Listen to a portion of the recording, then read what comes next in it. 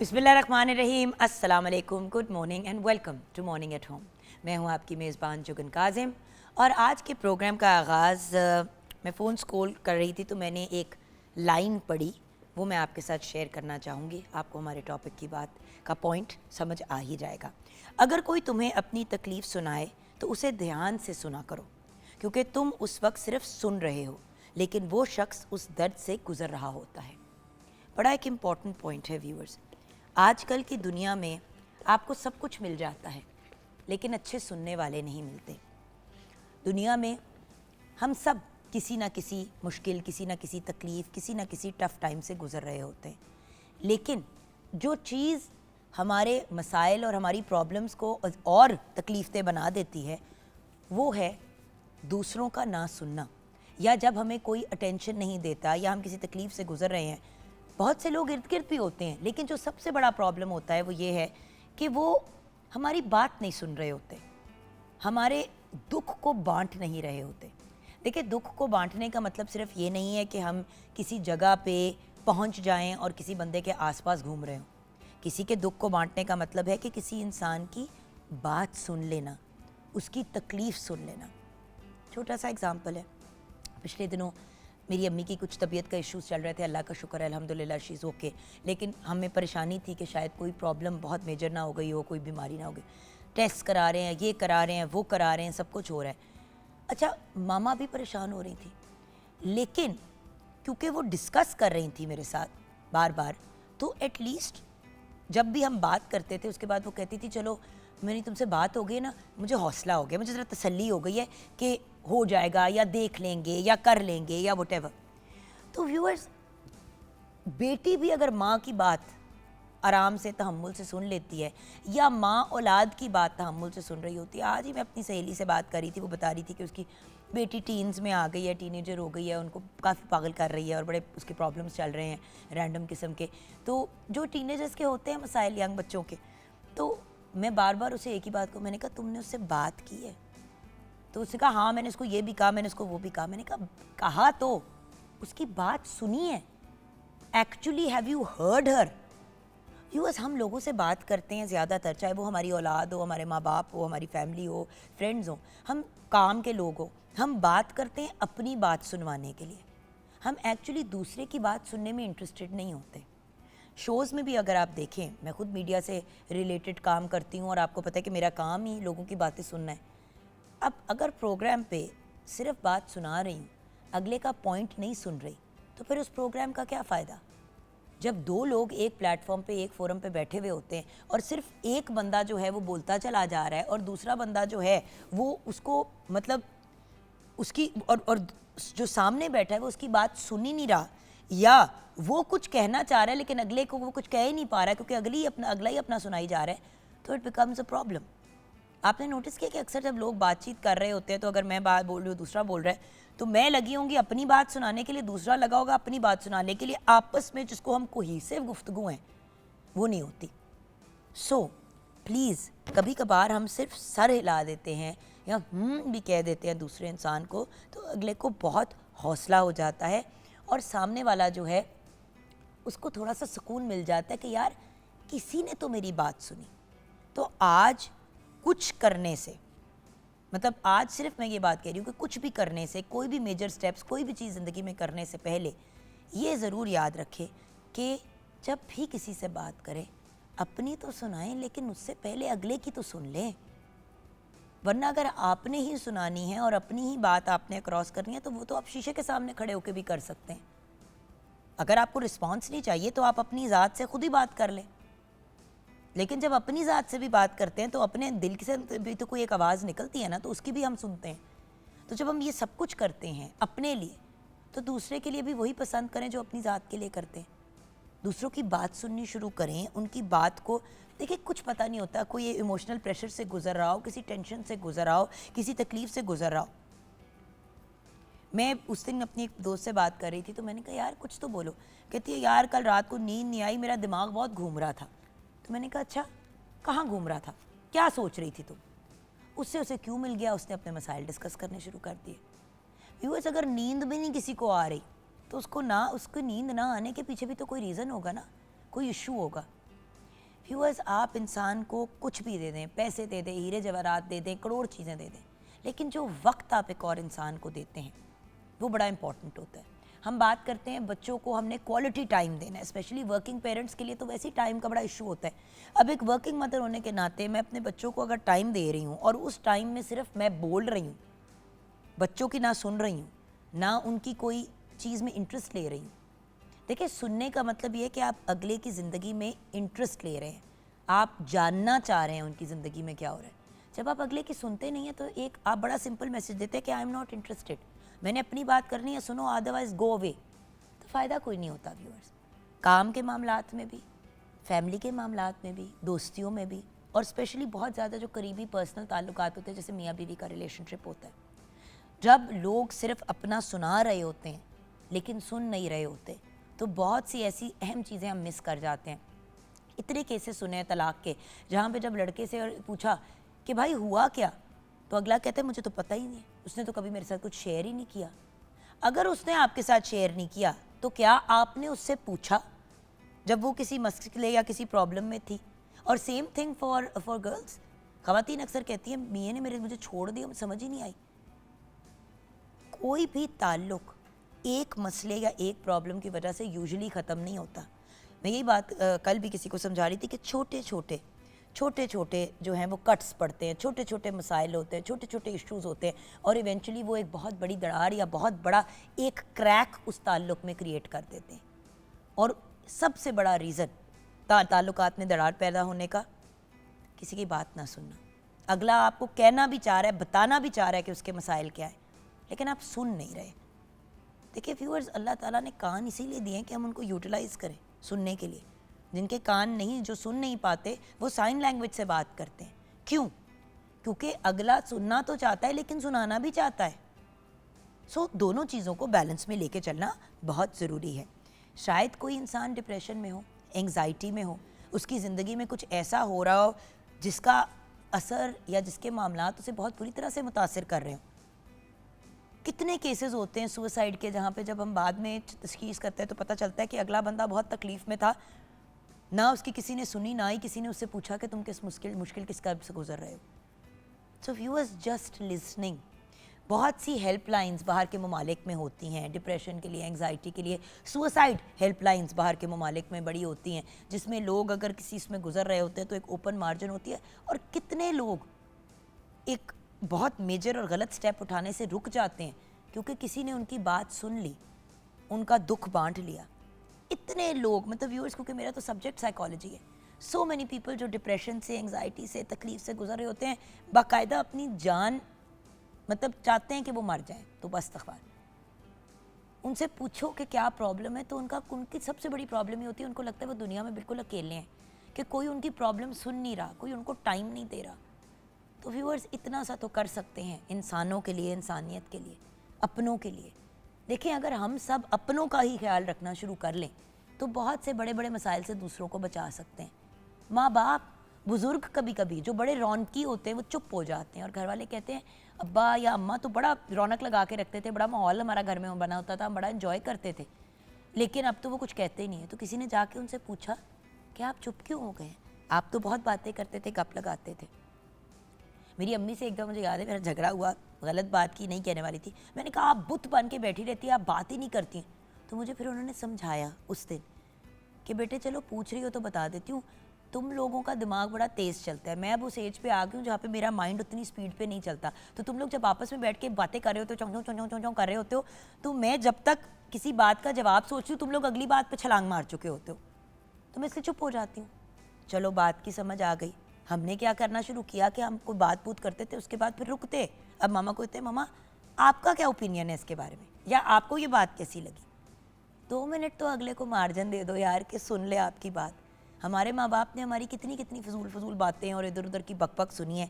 अगर अपने माँ बाप, अपनी औलाद, भाई बहनों के लिए ऐसी चीज़ें कर लें तो क्या मसला है? और अल्टीमेटली व्यूअर्स, गुड लिसनर। अगर आप कोर्ट रूम की बात करें तो वकील अपना केस पेश करते हैं, जज दोनों की बात सुनते हैं, वकील दोनों की बात, एक दूसरे की बात सुनते हैं, क्योंकि ज़ाहिर जब तक एक बंदा बात नहीं करेगा तब तक आप उसकी काउंटर आर्गूमेंट नहीं दे सकते। सब उस कोर्ट रूम में सुनने वाले, देखने वाले, अगर वहाँ पे मतलब एक बेंच बैठा हुआ है जिन्होंने डिसाइड करना है कि क्या करना है, तो हर बंदा बात सुनेगा तो किसी सही फैसले की तरफ पहुँचेगा। तो अगर आप कोर्ट रूम को देखते हैं उसमें भी यही मामला चलते हैं, तो घरों में भी अगर हम एक दूसरे की बात सुनना शुरू कर दें, अच्छे लिसनर बन जाएं, तो हम बेहतरीन इंसान और बेहतरीन दोस्त और बेहतरीन लाइफ पार्टनर्स बन सकते हैं। 042992000648 पे कॉल कर सकते हैं। मॉर्निंग एट होम हमारा फेसबुक का पेज है। यहाँ पे मैं व्यूअर्स एक ट्रिब्यूट भी पेश करना चाहूँगी। आज इकबाल बानो साहिबा की डेथ एनिवर्सरी है। आपका इंतकाल 21 अप्रैल आज के दिन 2009 में हुआ। आप 1953 में पैदा हुई। आप एक बेहतरीन गज़ल सिंगर और फिल्म इंडस्ट्री की एक अमेजिंग प्लेबैक सिंगर के तौर पे जानी जाती थी। आपने बड़ी जगह बनाई। फैज़ अहमद फैज़ का मशहूर नज़्म हम देखेंगे को इकबाल बानो ने गाया, जिसे अवाम ने भी बहुत पसंद किया और आज भी बहुत पसंद किया जाता है।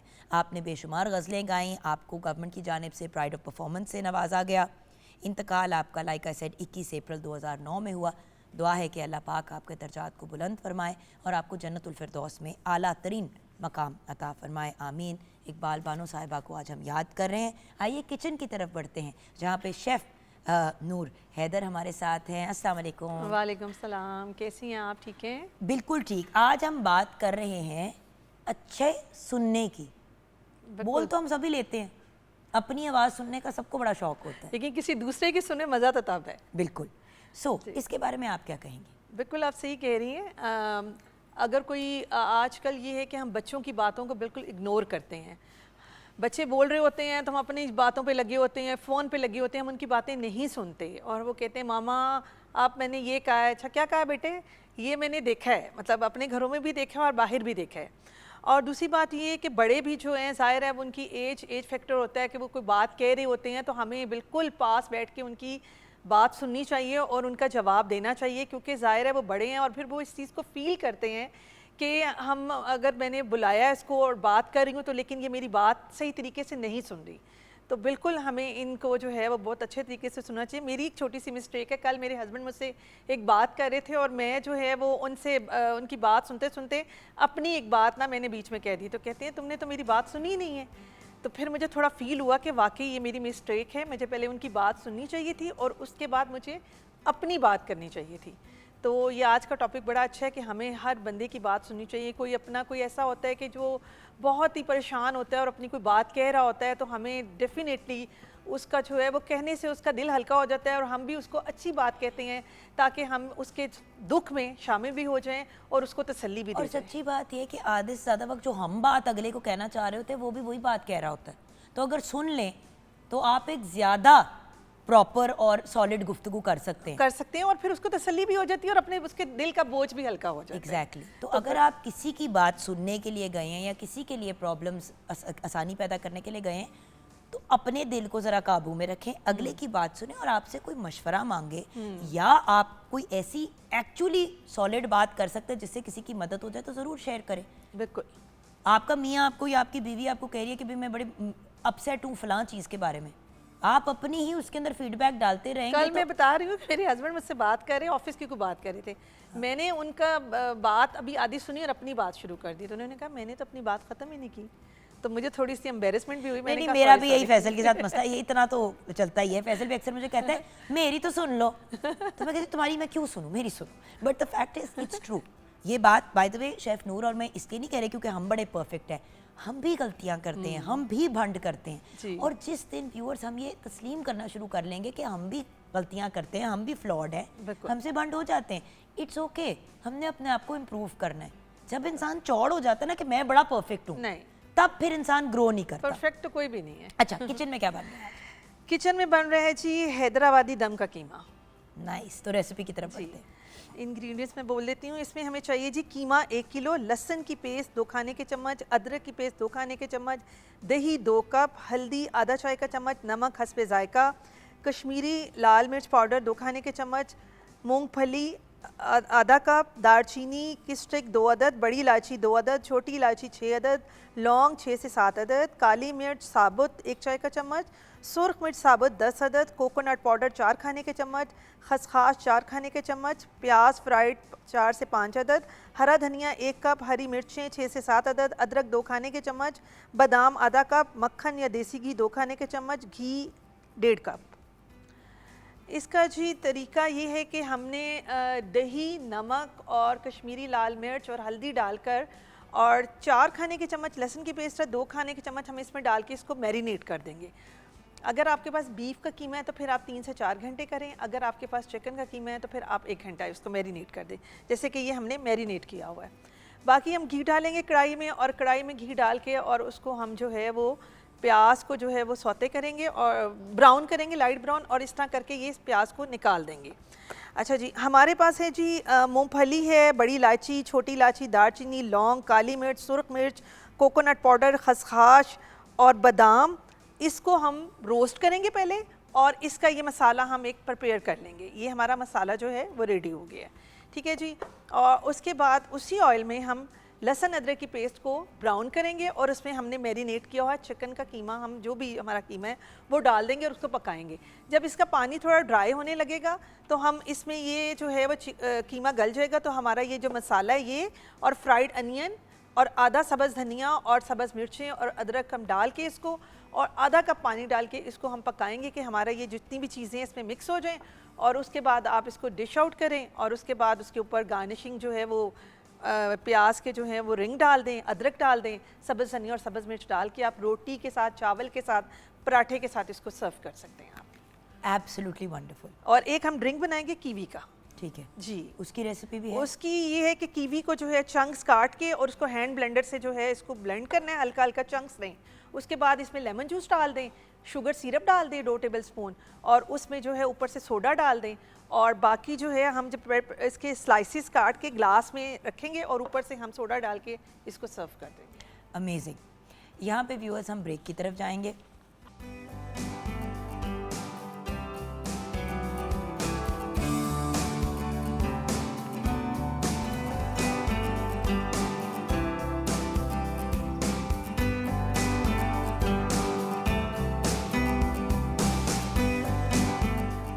Welcome back from the break viewers. हमें ज्वाइन किया है ब्रेक के बाद बहुत ही प्यारी और बहुत ही ब्रिलियंट ज़ैनब गोंदल ने, जो न्यूट्रिशनिस्ट भी हैं, डाइटिशियन भी हैं, फूड टेक्नोलॉजिस्ट भी हैं।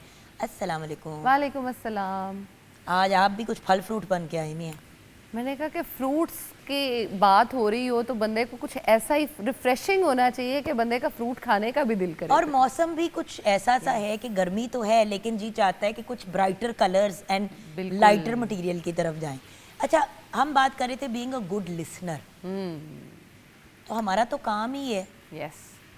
अच्छा, मुझे लगता आपके है पास जब लोग आते हैं, अगर आप उनकी सुने ना तो आपको पता ही नहीं चलेगा उनके गोल्स क्या हैं। हमारी सोसाइटी का सबसे बड़ा प्रॉब्लम ये है कि बोलने को हर कोई तैयार है, सुनने को कोई तैयार नहीं है।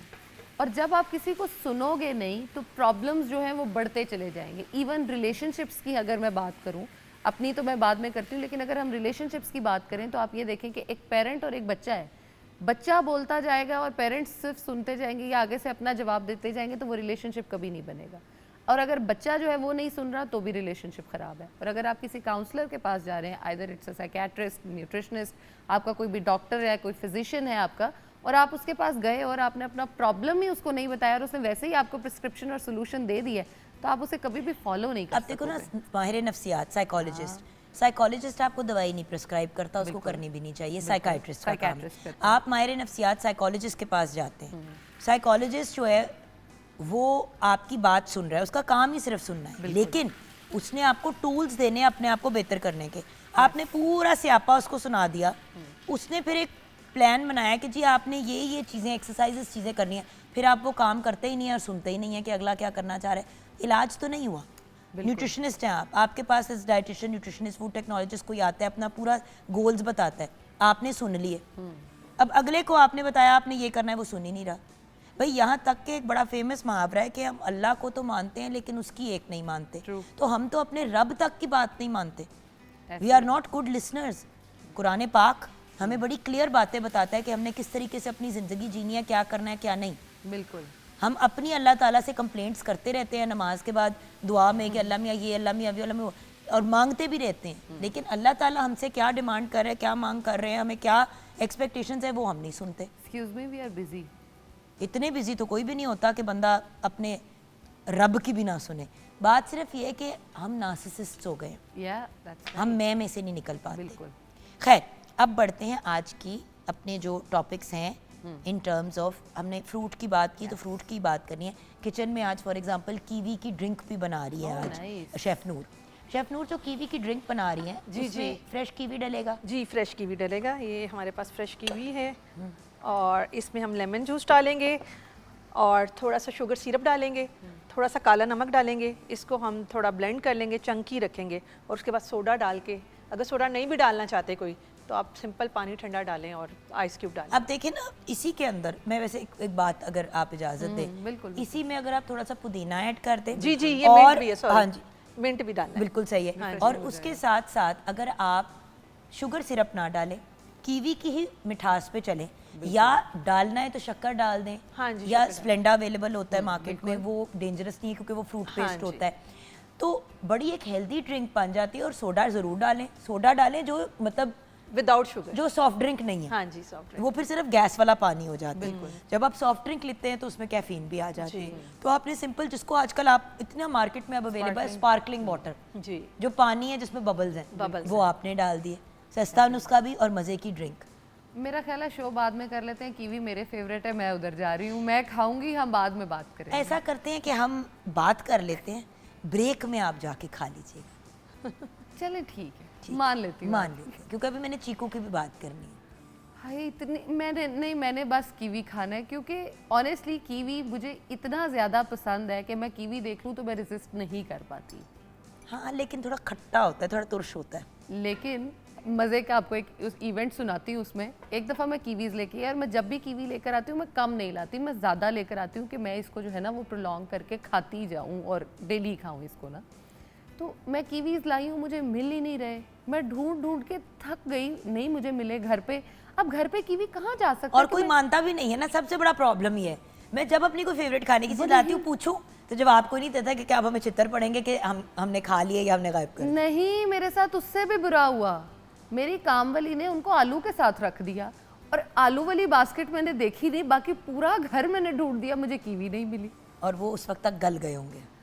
और फिर मेरा एक दो दिन अफसोस, बाद अगर आलूओं में इस तरह से रखो हाँ जी, तो वो तो और खराब हो फिर जाए। आलू और वो हमने सारे ही जाहिर है वो छोड़ दिए, कुछ भी इस्तेमाल करने के काबिल ही नहीं रहा। फिर मैंने दोबारा जाकर लाए और बड़े भारी दिल के साथ मैं गई, क्योंकि मैं एक्साइटेड थी कि आज रात को मैं खाऊंगी। मेरी ये बड़ी आदत है कि जैसे ही कीवी सीजन में आता है, आप भी ये लोग सब ट्राई कर सकते हैं।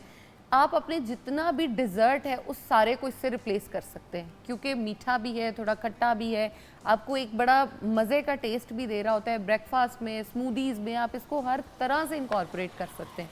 मैं जिस तरह से खाती हूँ, मैं तो ऐसे खाती हूँ, दो सेंटर से कट लगाया और स्पून से उसको स्कूप आउट करके मैंने खा लिया। इतना वो मज़े का मुझे लगता है कि सारा डिज़र्ट, मेरी हर चीज़ इसमें कवर हो गई है। और जब बाय आप द वे खाओ, फ्रूट सैलेड भी, जब हम फ्रूट Yes. चाट भी बनाते हैं, अब वो सीज़न आ गया जहाँ पे लोग ना एक टाइम फल ज़रूर खाते हैं घर में। तो आप ऐसा करें कि आप जब फ्रूट चाट बनाते हैं, उसमें केले डाल रहे हैं, अमरूद डाल रहे हैं, सेब डाल रहे हैं, उसमें कीवी भी डालें। बिल्कुल। बहुत से लोग आम का सीज़न आता है तो आम डालते हैं। आम और कीवी की बड़े मज़े की कॉम्बिनेशन बनती है। मैं मीठा, ज़रूर डालती हूँ फ्रूट चाट में। पूरा रमज़ान मैंने डाला है, तो महंगा था लेकिन मैंने कहा डालना ज़रूर है। बट एक चीज़ अब आपको मिल रही है व्यूअर्स, और सीज़न के हिसाब से आई हुई है, तो उसको यूज़ करें। बिल्कुल। अच्छा, इसके फ़वाइद क्या है? इतना विटामिन, मतलब इतना जो आप कीवी की बात करिए, इसमें विटामिन्स कौन से हैं?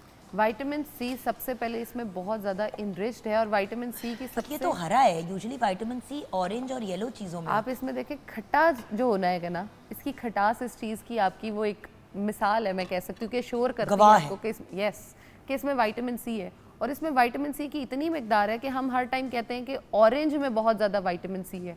2 ऑरेंज में अराउंड उतना विटामिन सी होगा जितना एक कीवी के अंदर विटामिन सी मौजूद होता है। इसके अंदर मौजूद होता है पोटेशियम की बहुत अच्छी अमाउंट मौजूद है। जिन लोगों को ब्लड प्रेशर के बहुत ज़्यादा इश्यूज़ रहते हैं, और जैसे गर्मियां हैं आजकल बहुत ज़्यादा, आजकल मैं सुन रही हूँ कि लोगों के ब्लड प्रेशर शूट कर रहे हैं, वो एक रीज़न तो पानी ना पीना है, डिहाइड्रेशन है। अगर आप उसको डिहाइड्रेशन को मैनेज नहीं करोगे तो बीपी बहुत ऊपर जाएगा। पोटेशियम की अच्छी सोर्स है तो वो आपके बीपी को मैनेज करने में, हार्ट डिजीज़ेज़ को मैनेज करने में, हार्ट हेल्थ के लिए बहुत अच्छा है आपके लिए।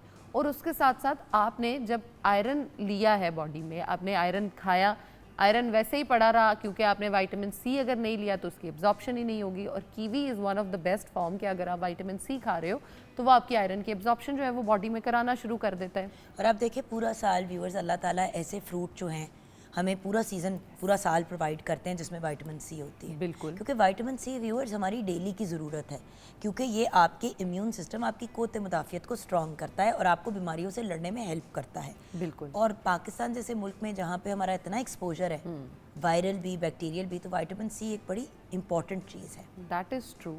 और उसके अलावा जिन लोगों को डायबिटीज़ का बहुत ज़्यादा इशू है और वो बहुत ज़्यादा फ्रूट्स से दूर भाग रहे होते हैं, उन्हें समझ नहीं आ रही होती कि ऐसे कौन से फ्रूट हैं जो डायबिटिक पेशेंट्स खा सकते हैं, क्योंकि मैंने ये देखा है कि नीम हकीम खतरा है जान, लोग हर चीज़ से डायबिटिक पेशेंट को मना कर देते हैं। तो तुम बिल्कुल नहीं खा सकते। भाई क्यों? शुगर पेशेंट हर जो है इतदाल में रह के हर फ्रूट का इस्तेमाल कर सकते हैं। और कीवी नो डाउट मीठा भी होता है, खट्टा भी होता है, लेकिन डायबिटीज़ को कंट्रोल करने की उसमें बहुत अच्छी प्रॉपर्टीज़ जो होती हैं वो मौजूद होती हैं और डायबिटिक पेशेंट जो है वो बिल्कुल इसका इस्तेमाल कर सकते हैं। कब करें और कितना करें? अगर आप इसको ब्रेकफास्ट में इस्तेमाल करें तो बेहतरीन है। ब्रेकफास्ट में ऐसे ही आप किसी भी और फ्रूट के साथ उसका कॉम्बिनेशन बना सकते हैं। आप उसको योगर्ट के साथ ले सकते हैं और ये वाहिद फ्रूट है जो योगर्ट के साथ बहुत ज़्यादा इंटरैक्ट इस तरह से नहीं करता कि वो प्रीबायोटिक्स और प्रोबायोटिक्स को बॉडी में एब्जॉर्ब होने से मना करे। तो इट्स बेटर कि आप उसको जब लेते हो तो कीवी और योगर्ट बहुत अच्छा कॉम्बिनेशन बनता है। बल्कि आप वही बोल अपना बना सकते हो कि आपने चिया सीड्स जो हैं वो सोक किए हुए अपने योगर्ट में, आप सुबह उठो उस योगर्ट के बोल को लो, उसी के अंदर आपने ओट्स भी सोक किए हुए हों, ओट्स, आपके चिया सीड्स, योगर्ट, उसी के अंदर आपने कीवी डाला, 2 से 3 बादाम, 1-2 अखरोट डाले, आपके सभी फूड ग्रुप्स जो हैं वो कवर हो गए and you are good to go. जिसके अंदर कार्ब्स भी हो गए, प्रोटीन्स भी हो गया। आपके नट्स जो है डेली बेसिस पे हम देखते हैं कि गर्मियों में तो नट्स का इस्तेमाल बिल्कुल लोग ख़त्म कर देते हैं और मैं हैरान रहती हूँ कि क्यों ख़त्म हो जाता है। इसकी ज़रूरत तो पूरा सीज़न हमें रहती है। सीड्स का इस्तेमाल जो है अगर आप उसको रेगुलर रखते हो तो कीवी एक बहुत अच्छा सोर्स है और औरतों के लिए तो बहुत अच्छा है कीवी अगर हम इस्तेमाल करें। सबसे पहली बात इसमें यह है कि जितने भी इन्फेक्शंस हो रहे होते हैं बॉडी में ये उसको फाइट करने में ये हेल्प करता है। यूटीआईज में बड़ी मदद करता है। Exactly. यूरिनरी ट्रैक्ट इन्फेक्शन आजकल ख़वातीन को बहुत हो रही है। अगेन पानी कम पी रहे हैं, मिकदार गलत लेते हैं पानी की, गलत टाइम पे पी रहे होते हैं, कभी कभी गंदा पानी पी रहे होते हैं, तो यूटीआईज के लिए स्पेशली ये बड़ी बहुत अच्छी इंपॉर्टेंट चीज़ चीज़ है। है। Yes. और अगर आप पीसीओएस में बड़ी अच्छी चीज़ है। पीसीओएस को मैनेज करने में बहुत अच्छा है। और अगर आप इसकी स्मूदी ऐसे बना रहे हो कि आपने सिंपल कीवी को ग्राइंड करना है, डालना चाहे जिस तरह से शेफ बना रही है तो अमेजिंग है। मुझे तो वैसे वो रेसिपी ओ भी भाई बड़ी मजे की लगी दही, है। स्ट्रॉबेरी, कीवी, थोड़ा सा उसमें शहद डाल लें, अव्वल तो ज़रूरत नहीं पड़नी खजूर चाहिए, डाल लें एक, वैसे कह रही हूँ, हाँ। शहद डाल लें या गुड़ Yes, डाल लें, blend करें और उसे और- अच्छे से ब्लेंड कर लें। और बाद एक बार ब्लेंड हो जाए उसमें चिया सीड्स डालने हैं, डाल लें, थोड़ा फ्लैक्स सीड डालना है, डाल लें, वो आपकी चॉइस है। और एक और मज़े की बात बताऊं, इसी पेस्ट में और से बाहर के ममालिक में इतना महंगा ये स्मूदी आपको Yes. मिलता है कि स्ट्रॉबेरी कीवी स्मूदी, या आप केला डाल दें, स्ट्रॉबेरी डाल दें और कीवी डाल दें, ये 3 चीज़ें डाल के इसको ब्लेंड कर लें दही के साथ। ये पता वैसे चले ना कि कितने डॉलर्स में ले रहा होता है तो कल से पाकिस्तान में सब बना के बैठे हुए होंगे। अच्छा, ये जब आप अपनी स्मूदी बना लें ना तो इसमें से 3 से 4 चम्मच अपनी स्मूदी निकाल लें और उसके अंदर अगर आपको राइस फ्लोर सूट करता है तो बेसन सूट करता है, जो आपकी स्किन टाइप के अकॉर्डिंग है, उसको एज फेस पैक आप जो है वो अप्लाई कर सकते बिल्कुल हो। सही। यहाँ पे ब्रेक की तरफ चलते हैं। ब्रेक के बाद जब वापस आएंगे तो चीकू पे बात करनी है, Done. क्योंकि चीकू एक ऐसा फ्रूट था व्यूअर्स जो यूजुअली कराची साइड पे, सिंध साइड पे ज़्यादा मिलता था। आई रिमेंबर बड़े होते हुए मैं जब भी कराची जाती थी तो मेरे जो खालू हैं, चांद मामू, जिंदा मामू हमेशा मंगवाते थे हमारे लिए डिफरेंट फल, खुद काट के खिलाना गर्मियों में। कभी चीकू खिला रहे हैं, कभी क्या है उसका नाम, वो क्या होते हैं जो गोल से होते हैं जिसके ऊपर डॉट डॉट से होते हैं, छोटे छोटे से होते हैं, अंदर वाइट सा उसके अंदर होता है, बीज काला ब्राउन सा होता है, क्या है उसका नाम, लीचियाँ। लीची, yes. लीची खिलानी हमें, वो खिलाना, चीकू खिलाना, आम खिलाना। अब ये सब चीज़ें पंजाब साइड में भी अवेलेबल हैं। बिल्कुल अवेलेबल। और चीकू के क्या बेनिफिट्स हैं? आजकल चीकू शेक बड़ा कॉमन हुआ है, तो ये क्या मामलात हैं? चीकू के बेनिफिट्स सुनेंगे तो सब आज ही खरीद के खाएंगे। बट हर बंदा उसको शौक से खाता नहीं है, क्योंकि बड़े लोगों ने जिन्होंने बचपन से नहीं खाया हाँ, टेस्ट। उनको इंटरेस्ट नहीं होता। तो छोटी सी ब्रेक के बाद वापस आएंगे और चीकू पे बात करेंगे। आप हमारे साथ रहिएगा।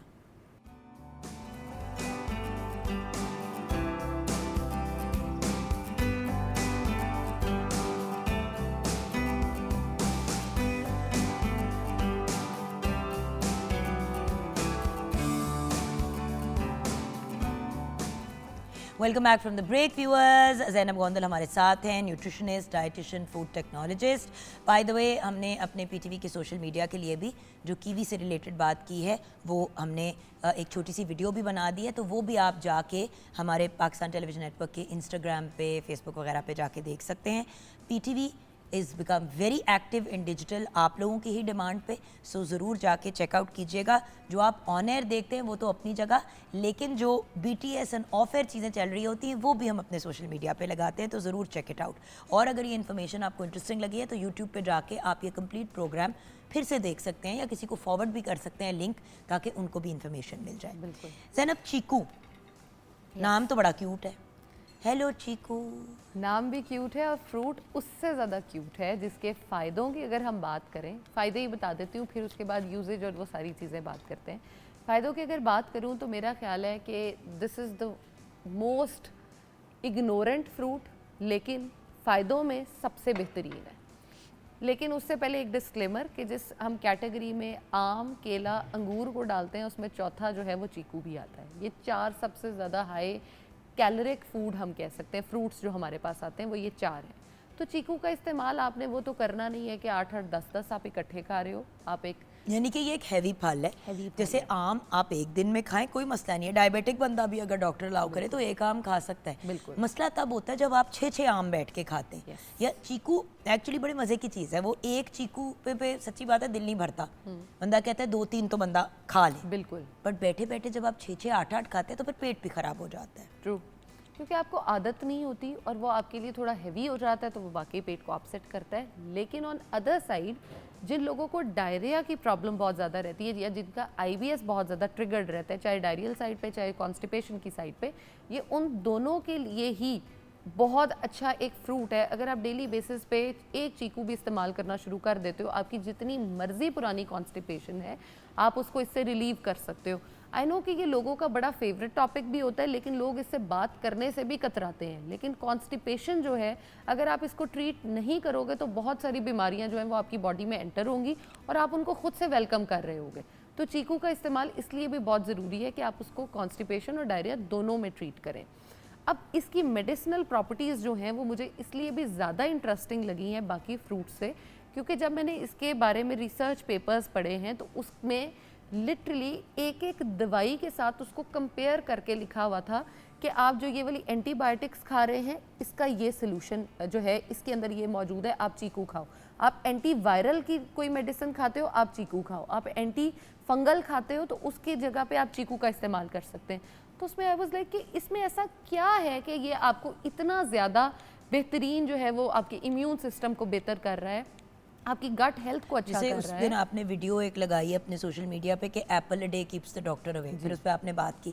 बात ये है कि सेब, वो तो कहते हैं घर की मुर्गी दाल बराबर, क्योंकि वाफिर मकदार में मिल जाता है पाकिस्तान में और इतना महंगा फल नहीं है। बिल्कुल। तो इस वजह से सेब को हम फॉर ग्रांटेड लेते हैं।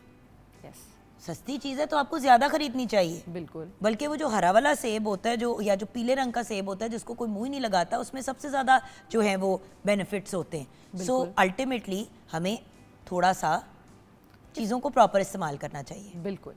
और आप चीकू के अगर इस तरह से फ़ायदे देखें कि एंटी वायरल में हम बात करें, वैसे तो यूजुअली लोग कहते हैं कि जी सर्दियों में बहुत ज़्यादा लोगों को ज़ुकाम, नज़ला, खांसी हो रही होती है, लेकिन अभी हम अपने इर्द गिर्द देखें तो गला ख़राब होना, नज़ला, ज़ुकाम बहुत कॉमन हो रहा है। तो अगर आप चीकू का इस्तेमाल करते हो तो ये आपको इन सभी प्रॉब्लम से जो है वो बचाना शुरू कर देता है। ऑल दो मैंने बताया है कि ये मीठा ज़्यादा होता है, हैवी होता है, लेकिन डायबिटीज़ के जो पेशेंट होते हैं जिनमें हम डेली बेसिस पे मेडिसिन दे रहे होते हैं, इसके अंदर ऐसी मेडिसिनल प्रॉपर्टीज़ भी मौजूद होती हैं जो आपकी डायबिटीज़ को कंट्रोल करने में बहुत ज़्यादा हेल्प आउट करती है।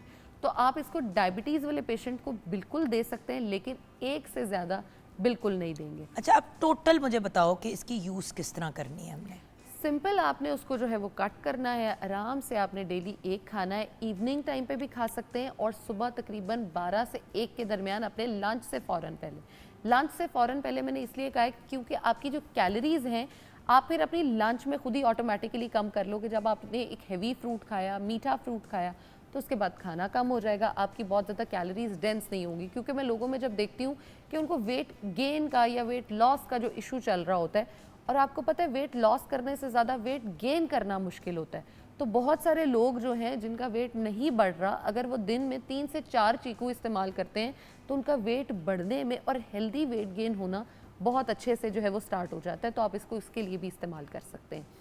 जिन लोगों ने वेट लॉस के लिए इस्तेमाल करना है वो एक चीकू का इस्तेमाल कर सकते हैं, और सिंपल इसको स्लश की फॉर्म में हम आइस के साथ ब्लेंड करेंगे। कोई नमक चीनी कुछ डालने की ज़रूरत नहीं है। इतना मीठा फल और है। बर्फ, यस, लेकिन लोग फिर भी डालने अच्छा, से लेकिन बाज ज़बान पे ना कुछ अजीब सा होता है, जिसको खाते हैं ना तो it does something weird to your tongue. क्योंकि उसके अंदर जो आपकी केमिकल्स Enzymes हैं, वगैरह है। एंजाइम्स हैं, केमिकल्स हैं, वो आपकी जो टंग है उसको उस तरह से आप समझे दोनों बेस्ट फ्रेंड्स नहीं है, दोनों जो है ना वो रिपेलेंट है एक दूसरे के। अच्छा, उस दिन मैंने चीकू का शेक किसी ने अपने घर में बनाया। ज़रा सोचो उसमें क्या क्या था। चीकू भी था, अच्छा केला भी था, अच्छा, काजू बादाम वगैरह नट्स भी थे, बिल्कुल ठीक है। उसमें खजूर भी डाला हुआ था, और आई थिंक मेरा ख्याल है बस करते हैं थोड़ा ये सा कि- उसके अंदर दूध था। पता नहीं चीनी डाली थी उन्होंने कि नहीं डाली थी। ऑलरेडी इतनी मीठी चीज़ें थी उसके अंदर, क्योंकि खजूर अपनी जगह मीठा, केला अपनी जगह मीठा, चीकू अपनी जगह मीठा, आपको उसके अंदर एक्चुअली कुछ डालने की आई डोंट नो, बट उसका एक घूंट लिया तो मेरे दिमाग को जाके वो जो कहता है ना वज्जा कि यार ये क्या है ये। अब जहाँ वो एक फ़ायदे वाली चीज़ है, जब आपको उसको इतनी हैवी कॉम्बिनेशन में बनाते हैं, ऑफ कोर्स, तो वो आपको तंग करेगी। और वो पूरा का पूरा एक खाना है, 2 वक्त का, 1 वक्त का भी नहीं। केला, चीकू, खजूर, Nuts सारे आ नट्स गए। डाल दिए, साथ में आपने दूध भी डाल दिया, मतलब अच्छा, आपकी जो गट हेल्थ है ना, चीकू उसको ठीक करने में बड़ा हेल्प करता है। लेकिन जब आप चीकू का इस्तेमाल इस तरह से शुरू कर दोगे तो वो बजाय गट हेल्थ को ठीक करने और के, हर चीज़ का मिल्कशेक बनाना ज़रूरी नहीं है व्यूअर्स। जिस तरह ऑरेंज का मिल्कशेक नहीं बनता, हाँ तो बिल्कुल, जब आप दूध के साथ किन्नू को नहीं मिक्स कर सकते, तो कुछ ऐसी चीज़ें होती हैं जो नहीं कर। चीकू में भी विटामिन सी बहुत इनरिच्ड होता है, आप इसको भी दूध के साथ इस तरह से ब्लेंड नहीं कर सकते। और अब मज़े की बात, जब भी डिस्कलरेशन होती है, स्किन टैन होती है, हम हमेशा ऑल्टरनेटिव्स ढूंढ रहे होते हैं कि क्या ऐसी चीज़ हो जो मैं अप्लाई करूं।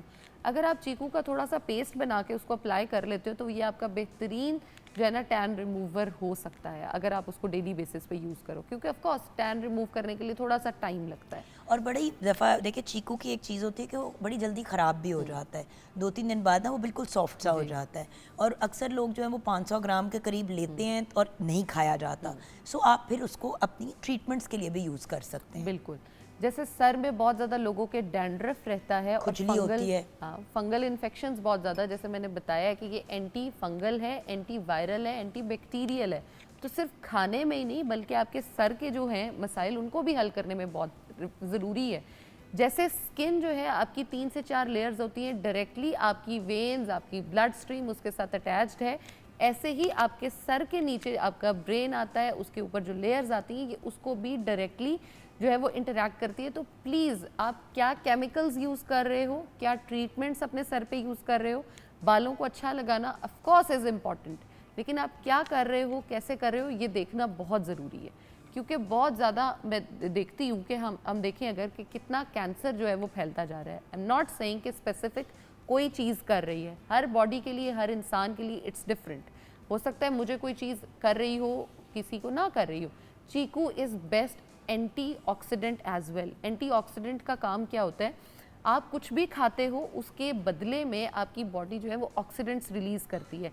चाहे आप वो फ्रूट वेजिटेबल भी खा रहे होते हो तो भी ऑक्सीडेंट्स रिलीज़ होते हैं।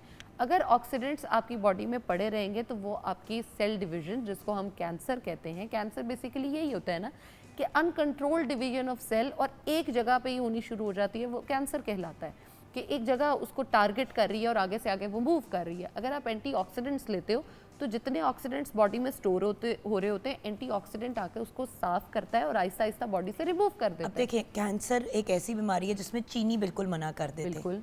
लेकिन जिन लोगों को स्वीट की क्रेविंग होती है, फ्रूट एक बड़ा अच्छा अल्टरनेटिव है। Exactly. और फ्रूट उस कैंसर के सेल्स को मल्टीप्लाई नहीं करता, बल्कि रिजुविनेट करता है, ठीक Rejuvenate करता करता है।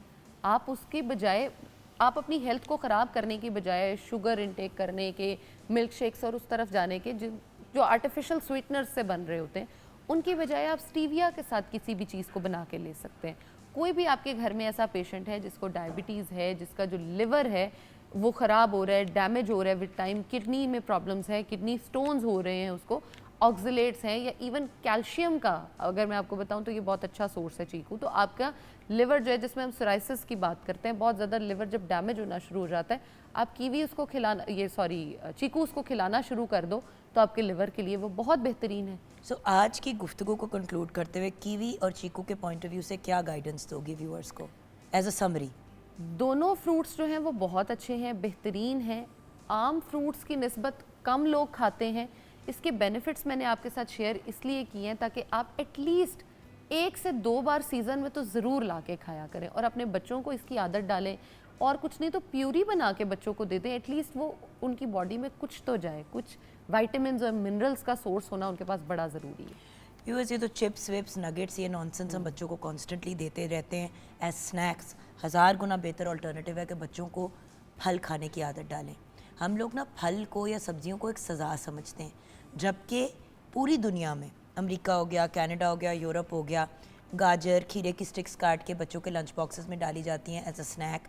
फ्रूट सैलेड टाइप बनाया जाता है, हम तो उसको फ्रूट चाट कहते हैं, मसाला चाट डाल के लोग सिंपल फ्रूट्स कट करके बच्चों के लिए उनके लंच बॉक्सेस में डालते हैं as a snack, not as a सज़ा।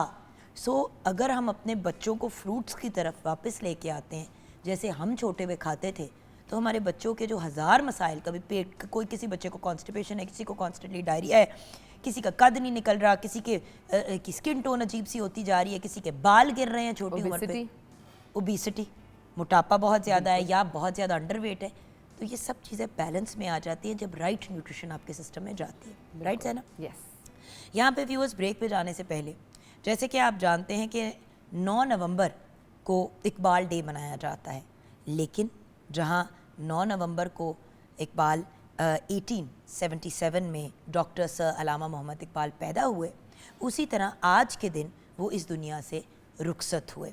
आज आपकी डेथ एनिवर्सरी है जो 21 अप्रैल 1938 को आपकी वफ़ात हुई और आपका जो मज़ार है, जो टूम है, वो इसी शहर लाहौर में है।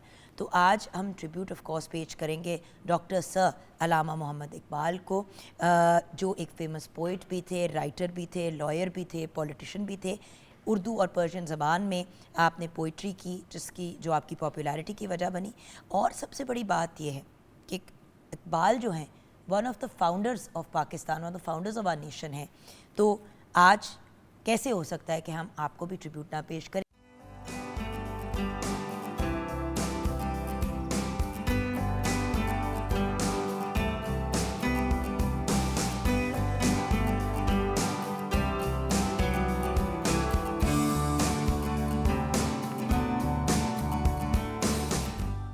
आप सबकी फेवरेट, बल्कि इंटरनेशनली रिनाउंड, माशाल्लाह सिर्फ पाकिस्तान में नहीं बल्कि इंटरनेशनली भी हमारे मुल्क का नाम रोशन करने वाली, हमारे पाकिस्तान की सॉफ्ट इमेज क्रिएट करने वाली द ब्रिलियंट हिना नसरुल्लाह। बहुत छोटी उम्र पे माशाल्लाह माशाल्लाह इनकी अचीवमेंट्स की वजह से, इनकी कंट्रीब्यूशंस की वजह से इनको प्राइड ऑफ परफॉर्मेंस से भी नवाजा गया, जिसके बारे में जब भी मैं अनाउंस करती हूँ मुझे दिल से खुशी होती है, क्योंकि बहुत से आर्टिस्ट होते हैं व्यूअर्स जो अपनी जब फेम उनको मिलती है तो वो एक और डगर निकल जाते हैं। इस लड़की, इस बच्ची की जो मुझे सबसे प्यारी बात लगती है कि अपनी सना ख्वानी, नात ख्वानी, अपनी सूफ़ी सिंगिंग को साथ लेके चली, एंड देन उसके साथ साथ एक बेहतरीन होस्ट, एक बेहतरीन एंकर पर्सन, इससे बेहतर तलफ़ुज़ मैंने नहीं सुना। शायद इनके बड़े भाई का, शायद, क्योंकि वो हम दोनों के मुश्तरका लाडले बड़े भाई हैं। लेकिन और ऑफ कोर्स आपकी अम्मी, अल्लाह ने खुश रखे, आबाद रखे, और आपका एक छोटा भाई जो मुझे गंदी लुक्स दे रहा है कि आप ही मैं भी हूँ, आओ मेरी जान बैठो।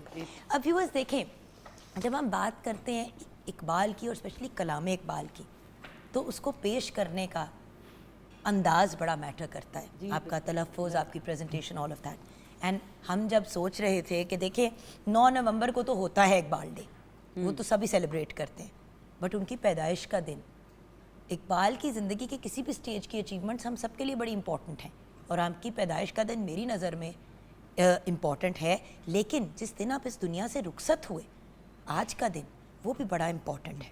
सो ऑफ कोर्स हिना, आप तो अपनी कॉन्ट्रीब्यूशंस अपने करियर के आगाज़ से छुटकी सी थी, तब से कलाम इकबाल माशाल्लाह पेश करी, और इसका बहुत सा क्रेडिट हम यूसुफ सलाउद्दीन साहब को, बिल्कुल मियां साहब को देना चाहेंगे, अपनी पाकिस्तान टेलीविज़न नेटवर्क की टीम को देना चाहेंगे जी। कैसर शरीफ साहब हो गए हमारे GM लाहौर, फिर कराची के जनरल मैनेजर जो हैं शाहजी जी। अमजद शाह को हम कैसे जी, भूल जी, सकते हैं, बिल्कुल। उनकी भी म्यूज़िक की तरफ बड़ी कॉन्ट्रीब्यूशंस। देन फ़र्रुख साहब वो तो सबसे बेहतरीन, उन्होंने बहुत काम किया म्यूज़िक के लिए, और जो अगर- हमारे डीपी भी रहे हैं। बिल्कुल जी, बिल्कुल सो रहे ये हमारे। सब लोग पाकिस्तान टेलीविजन नेटवर्क पे व्यूअर्स एवरीवन सभी इकबाल के शदाई हैं। अगर हम ये बात कहें तो गलत बात नहीं होगी, बिल्कुल राइट? ऐसे ही। सो बढ़ते हैं आगे टूवर्ड्स टू ब्रिलियंट पर्सनालिटीज़, दोनों ही of course renowned Iqbal scholars हैं। जैद भाई पहले भी हमारे प्रोग्राम का हिस्सा बड़ी दफ़ा रह चुके हैं, और इकबाल की बात हो हम जैद भाई को ना याद करें इम्पॉसिबल सी बात है। सो रेनाउंड इकबाल स्कॉलर, बट उसके साथ साथ एक dynamic public speaker and youth activist. अस्सलाम वालेकुम जैद। वालेकुम अस्सलाम, बहुत शुक्रिया। सो जैद हुसैन तो हमारे साथ हैं, लेकिन उनके साथ एक और बहुत ही brilliant personality, encyclopedia of information on Iqbal, अगर कहे तो ये बात गलत नहीं होगी। अनदर ब्रिलियंट इकबाल स्कॉलर माशाल्लाह, हमारे पीएचडी के डॉक्टर साहब, डॉक्टर नदीम इसहाक खान। अस्सलाम वालेकुम डॉक्टर साहब, pleasure having you on the programme. Thank you. तो बात जैद भाई आपसे स्टार्ट करते हैं, देन आपकी तरफ आएंगे सर। इकबाल नाम ही काफ़ी है, जी लिटरली जब हम इकबाल कहते हैं तो किसी को कोई कन्फ्यूजन नहीं होती है हम किस इकबाल की बात कर रहे हैं, क्योंकि वो नाम की अगर ओनरशिप किसी इंसान ने, किसी इंडिविजुअल ने इस दुनिया में लिया है तो वो डॉक्टर मोहम्मद, डॉक्टर सर अलामा मोहम्मद इकबाल जी माशाल्लाह, जिनको बाहर के मुल्क से भी बड़ी रिस्पेक्ट और रिगार्ड मिली, इसीलिए तो सर का टाइटल आपके नाम के साथ अटैच हुआ। क्या कहेंगे? जी बिल्कुल, बहुत शुक्रिया। आज बहुत ही खूबसूरत दिन है, अल्लामा की एनिवर्सरी, हम डेथ एनिवर्सरी मना रहे हैं। गुफ्तगू का आगाज़ अल्लामा की इस रुबाई से करूँगा जो उन्होंने अपने लिए, अपने लोहे मज़ार के लिए लिख रखी थी, लेकिन उस अल्लामा के वसाल से कबल ही अल्लामा के बहुत दरीना दोस्त सर रास मसूद का इंतकाल हुआ, तो अल्लामा ने वो रुबाई उनके लोहे मज़ार के लिए पेश की। माशाअल्लाह। और आज भी अगर हिंदुस्तान में जाएं तो वो उनके मज़ार पर वो रुबाई लिखी हुई है। वो रुबाई क्या है? इकबाल फरमाते हैं, नए पेवस्तम दरी बुस्तान सरादिल ज़िबंद ईन आन आज़ादे रफ्तम चुबाद सुब गर्दीदम दमीचंद गुलान राब रंगी दादे रफ्तम, कि मैं इस दुनिया में आया हूँ पर मैंने इस दुनिया की किसी भी चीज़ से दिल नहीं लगाया, मैं इस दुनिया की रंगीनियों से आज़ाद चला गया हूँ। मैं तो सुबह के हवा के झोंके की मानद आया हूँ, और इस बाग को, इस चमन को, इसके फूलों को रंग और आब देकर, तरोताज़गी शादाबी देकर चला गया हूँ, चला गया हूँ। बिलाशुबा इकबाल हकीमुल उम्मत हैं, मुफ़क्किर मिल्लत हैं, दानाए राज, मर्द खुद बीनो खुद आगाह हैं, वो तर्जमान हकीकत हैं, वो मुफस्सर कुरान भी हैं, और वो मुसव्वर पाकिस्तान भी हैं। ये पाकिस्तान जो है उन्हीं की फ़िक्र की एक आखज़ करदा नतीजा है। आप जानती हैं कि उन्होंने 1930 में सबसे पहली बार पाकिस्तान बनाने का, एक अलग रियासत बनाने का तसव्वुर पेश किया, और ना सिर्फ तसव्वुर पेश किया बल्कि मुसलमानों को ज़हनी और फ़िक्री तौर पर तैयार करने के लिए मेंटली तौर पे तैयार करना शुरू कर जी दिया। अपनी शायरी से उनके अंदर आज़ादी की उमंग तरंग पैदा की, और ना फिर इन्होंने ज़हनी तौर पर मुसलमानों को तैयार किया बल्कि एक लीडरशिप भी फराहम की। आप जानती हैं कि कायद आज़म मोहम्मद जब अली एक जिन्ना दफ़ा ने कायद का एक तो इस तरफ माइल किया, और फिर जब कायद एट वन पॉइंट अगर कहीं के तंग आ गए थे या हालात की वजह से इरिटेट हो गए थे कि भाई फॉरगेट इट, तो उनको वापस कन्विंस करने का काम भी जी की जिम्मेदारी भी जी। इकबाल ने खुद टेक ऑन। जी आप देखती हैं कि बहुत सारे खतूत इकबाल ने कायद आज़म को लिखे और मुसलसल उनकी रहनुमाई करते रहे, जो वो खतूत बाद में किताबी सूरत में कायद आज़म ने शाया भी किए। आप देखती हैं कि बाकायदा वो खतूत अब उर्दू में भी ट्रांसलेट किए गए हैं, जिसमें वाज़े तौर पर इकबाल जो हैं वो कायद आज़म की रहनुमाई करते हुए नज़र आते हैं। और यहाँ पे डॉक्टर साहब आपकी तरफ बढ़ूंगी। इकबाल की देखिए कितनी खूबसूरत बात है। अभी हम ब्रेक में मैं क्या कह रही थी हिना को कि ना हर बार मुझे मना कर देती हो कि होस्ट नहीं कहना। आपने होस्टिंग किया, आप होस्ट हो, और आप एक बेहतरीन होस्ट हो, और पाकिस्तान टेलीविजन नेटवर्क की होस्ट आप रह चुके हो। It's a very big thing. तो इकबाल जो कहते हैं ना वेयरिंग लॉट्स ऑफ हैट्स, जो आजकल का कॉन्सेप्ट है, तो हमारे कायद और इलामा इकबाल वो भी हमारे एक कायद ही थे, राइट? सो ये ऐसी पर्सनैलिटीज़ है जिन्होंने बहुत सी हैट्स पहनी। पॉलिटिशियन अलहदा, वकील अलहदा, एज अ राइटर अलहदा, देन एज अ पोइट अलहदा। जी देन अगर motivational speaking and youth activist की बात करें तो इन दो पर्सनालिटी से बड़े कौन थे यूथ एक्टिविस्ट? जी सर। अच्छा मैम, इसमें मैं ऐसे ऐड करूंगा कि इकबाल जो थे ना वो बेसिकली जब ये फिज़िकल साइंसेज इवॉल्व हो रही थी ना, तो फिज़िकल साइंसेज के इवॉल्व होने से सब्जेक्ट की और नॉलेज की डिवीज़न होना शुरू हो गई। फिज़िक्स, केमिस्ट्री और बायोलॉजी को इन्होंने डिवाइड करना शुरू किया।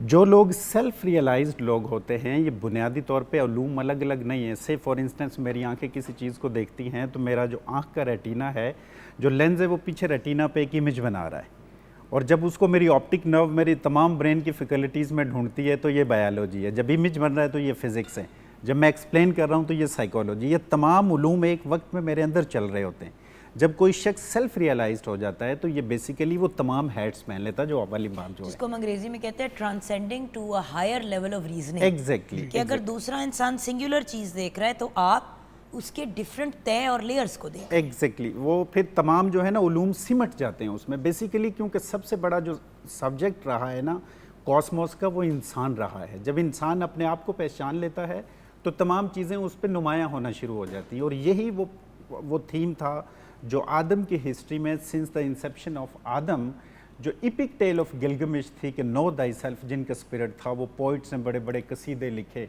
बड़े बड़े किंग्स अरक्स की शान में, वो यही था कि नो दाई सेल्फ, अपने आप को जानिए। इवन कि यूनान में जब सोक्रेट पाया जाता था तो डेल्फी के मंदिरों पर लिखा होता था no thy self, no thy self. हज़रत ईसा अलैहिस्सलाम से किसी ने पूछा कि हम जो है खुदा को कैसे पाएँ, तो उन्होंने कहा कि अपने आप को जानिए, you shall know the God, आप अल्लाह को जान जाएंगे। तो इकबाल का जो थ्योरम है, इसलिए उसने तमाम हेड्स पहने हुए हैं कि उसका खुद ही का फ़लसफ़ा बुनियादी तौर पे सेल्फ अवेयरनेस है कि वो इंसान अपने आप को डेवलप करे, अपने फिजिकल बुल्ले शाह को बुल्ला तू की जाने के तू बुल्ला की जाने तू कौन, पढ़ पढ़ लख हज़ार किताबां कदे अपने आप नू पढ़िया ही नहीं, जा जा वड़ना है मंदिर मसीती कदी मन अपने विच वड़िया ही नहीं। तो ये इकबाल है ना। बेसिकली इकबाल के यहाँ जो सबसे खूबसूरत चीज़ है ना, जो आप अप्रिशिएट करेंगी, वो ये है कि इकबाल जो है वो उस वक़्त के तमाम नॉलेज को अपने लेंस पे जो है ना मरकूज़ कर रहा है, और मरकूज़ करके पैराडाइम शिफ्ट करने की कोशिश कर रहा है। अब पैराडाइम शिफ्ट ये है कि इकबाल ये समझ रहे थे कि मुसलमान जो है वो मरूबियत के शिकार हो गए, जो इस वक्त जो मुसलमान हैं, और मुसलमानों में ग़ुलामी आ गई है, क्योंकि फ़िज़िकल सेंसेस का इल्म जो था वो इवॉल्व हो रहा था। उसकी वजह से जो मुसलमान था वो मरूब हो गया था जिद्दत से, और जो उनका सेंटर पॉइंट था, जो दीन था, उससे हट रहा था मुसलमान। तो उस वजह से गुलामी थी। इकबाल का तमाम मैसेज जो है वो बेसिकली उन्होंने मुसलमान उम्मत को अवेयर करने की कोशिश की है। एक्चुअली फिजिकल गुलामी से ज़्यादा ये तो जहनी गुलामी का हम हिस्सा हैं।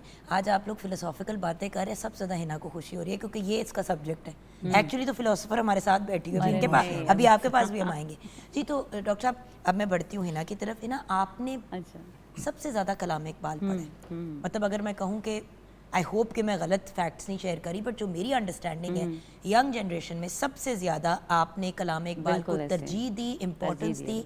आपके पास 10 चीज़ें आती थी, जहाँ कलाम इकबाल आता था आप कहती थी मैं ये करूँगी। मैंने खुद देखा है आपकी प्रोसेस को। तो ये इसके पीछे क्या दास्तान है? इसके पीछे दास्तान यही है कि मैं ये समझती हूँ, और शुरू से बचपन से ये चीज़ रही कि मैं मकसदियत पे बहुत ज़्यादा बिलीव करती हूँ कि काम हमेशा ऐसा करना चाहिए जिससे आप लोगों को सिखा सकें, उनके अंदर पॉजिटिविटी आए, और उनकी रूह में जो है जेन्युइनली ज़िंदगी गुजारने का तरीका सलीका भी आए।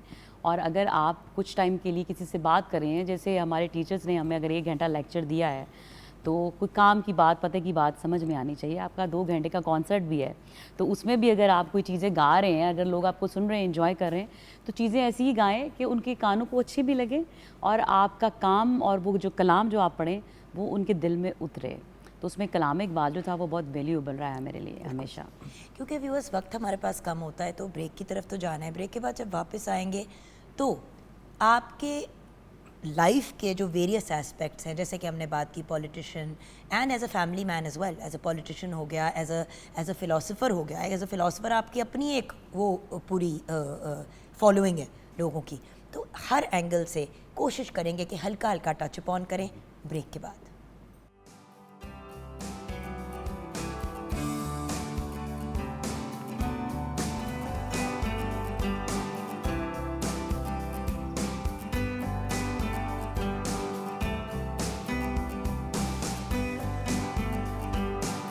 Welcome back from the break viewers. आइए बढ़ते हैं सैयदा नूर की तरफ। जी डॉक्टर साहिबा जी, खाने की डॉक्टर क्या सिचुएशन है? जी बिल्कुल, हमारा जो है दम हैदराबादी दम कीमा रायता, मिंट रायता और सैलड और हमारा कीवी ड्रिंक रेडी है। अब देखें ना, कंप्लीट आपका दस्तरखान रेडी है। 70 चीज़ें बनाने के बजाय अच्छा है कि 3-4 हेल्दी चीज़ें अपने टेबल पे रखें, अच्छी सी ड्रिंक रखें, रायता सलाद करें और इनको भी एज फूड आइटम्स कंसिडर करें। ये मत सोचे कि मतलब एक सालन सर्व करें। किफ़ायत शारी अपनी जगह और सेंसिबल अंदाज ज़िंदगी जीने का बिल्कुल, अपनी जगह। बिल्कुल। Thank you chef Noor. Okay Syed भाई, क्योंकि वक्त का मुकाबला सख्त होता है, ट्रिब्यूट पेश कर रहे हैं एक ऐसी हस्ती को जिसको, सच्ची बात है हमारे तो बहुत ही छोटे मुंह है और छोटे जहन है, इतनी बड़ी पर्सनैलिटी को हम क्या ट्रिब्यूट पेश करेंगे, अपना एक हिस्सा डाल रहे हैं। अब जैसे कि आज अल्लामा इकबाल की डेथ एनिवर्सरी है व्यूअर्स, सालगिरह तो हम सेलिब्रेट करते ही हैं 9 नवंबर को। आज का दिन बड़ी अच्छी अपॉर्चुनिटी है कि आप अपने बच्चों को, अपने घर में फैमिली के लोगों को एक कॉन्वर्सेशन शुरू करें। खाने के टेबल पे बैठ के जो फ़ोनों पे लगे होते हैं, अगर एक गुफ्तगू करें और हर रोज़ कोई इस तरह का एक टॉपिक लेके बढ़े ऐसी अजीम हस्तियों के बारे में, तो कैसे हो सकता है कि हमारा यूथ इंटरेस्ट नहीं लेगा। जी ज़ैद जी भाई। बिल्कुल, आपने बिल्कुल दुरुस्त कहा। असल में हमने इकबाल के पैगाम को उस तरह समझा ही नहीं और ना उससे इस्तेफादा किया है। इसका इजहार इकबाल ने अपनी फ़ारसी रुबाई में भी किया है। वो फरमाते हैं, चू रखते खीश बरबस्तम अजिन खाक, हमा गुफ्तन बामा आशना बूद व लेकिन कसना दानिस इन मुसाफिर चे गुफ्तो के बा गुफ्तो अज कुजा बूद। के अलामा बयान करते हैं कि जब मैं इस दुनिया से रखते सफ़र बांधूंगा तो सब कहेंगे हाँ हम इकबाल को जानते थे, वो हमारा बड़ा आशना था, वो बड़ा हकीम उल उम्मत था। लेकिन अफसोस कि उन्होंने ये ना जाना कि ये मुसाफिर कहाँ से आया था, इसने क्या कहा था और वो क्या कहना चाह रहा था और किससे कहा था। तो बिलाशुबा हमने इकबाल के पैगाम को सही तौर पर समझा नहीं, उससे इस्तेफादा नहीं किया। जबकि इकबाल का कलाम मैं समझता हूँ आब हयात का ख़जाना है, जिससे ज़िंदगी और ज़िंदा दिली के सरचश्मे उबलते हैं और जिनसे सैराब होकर खुश्क दिलों की जो बंजर ज़मीन है वो लहलहाने लगती है। इकबाल हमारे यहाँ जो मायूसी और नामुमकिन है उसको दूर करते हैं। वो तो यहाँ तक कहते हैं, तेरी निगाह में है मौजज़ात की दुनिया, मेरी निगाह में है हादसात की दुनिया, अजब नहीं कि इसे बदल दे तेरी निगाह, बुला रही है तुझे मुमकिनात की दुनिया। तो इकबाल तो हमें हरकत का, तहर्रुक का, आगे बढ़ने का पैगाम देते हैं। जब भी हम इनकलाबी सोच, लेकिन बड़े जेंटल अंदाज में। बहुत से लोग जब इनकलाबी सोच रखते हैं तो वो इतनी सख्त अल्फाज और इतनी सख्त बातें कह जाते हैं कि हजम करनी मुश्किल होती है। लेकिन इकबाल की बात आपको अगर ना भी किसी और ज़बान में भी आप अगर उनका कलाम सुने, वो आपके दिल में उतर जाता है। जी बिल्कुल ऐसा ही है। इकबाल के कलाम में सोज़ो गुदास भी है। उन्होंने अपनी शायरी में कुरान मजीद के असरार और रमूज़ को खोल कर बयान किया है। और इकबाल ऐसा सुखनवर है, ऐसा खुश नवाज शायर है कि जिसकी रमज़ शायरी रमज़ अहकाम खुदा है, उसका तराना हर्फ हक है, उसका नगमा इल्लल्लाह है।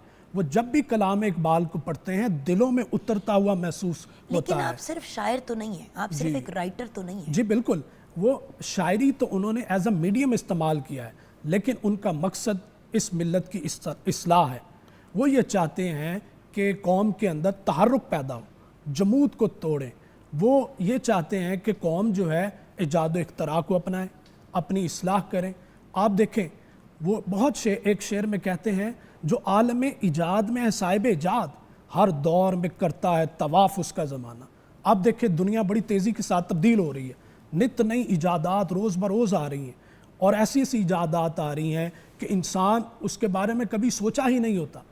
उसके लिए इकबाल हमें उससे पहले ही तैयार कर रहे हैं कि देखें अगर आपने अक़वाम आलम की सफ़ में इज़्ज़त व वक़ार हासिल करना है तो हमें इजादात तख्लीक़ात करनी होंगी। फरमाते हैं, हर के उरा कुव्वत तख्लीक नीस, पीछे माँ जुज़ काफ़िर व ज़िंदीक नीस, कि जिस किसी ने दुनिया में तख्लीक नहीं की, इनोवेशंस नहीं की, वो हमारी निगाह में काफिर व ज़िंदीक के सिवा कुछ नहीं। उसने ज़िंदगानी के हकीकी फल से टेस्ट, मज़ा ही नहीं लिया, अपना हिस्सा ही नहीं लिया।